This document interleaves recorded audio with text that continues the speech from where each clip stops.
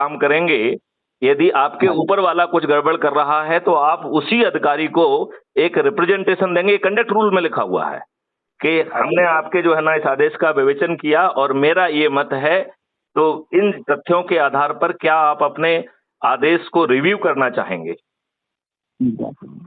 अब यदि मान लो आपने कहा कि नहीं मैं साला बॉस हूं, तुम कौन होते हो, राइट?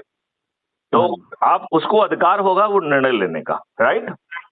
हाँ जी, आपको एज ए कनिष्ठ जो है अब उस आदेश को पालन करना पड़ेगा रिव्यू के बाद, फिर आपके पास कोई इफ एंड बट नहीं है, राइट?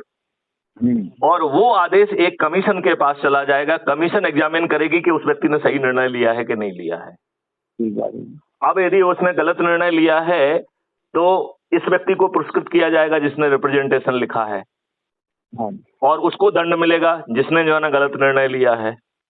हाँ जी। उसकी एसीआर में भी, उसके आकलन में भी लिखा जाएगा कि ये दुष्ट आदमी है, सही बात को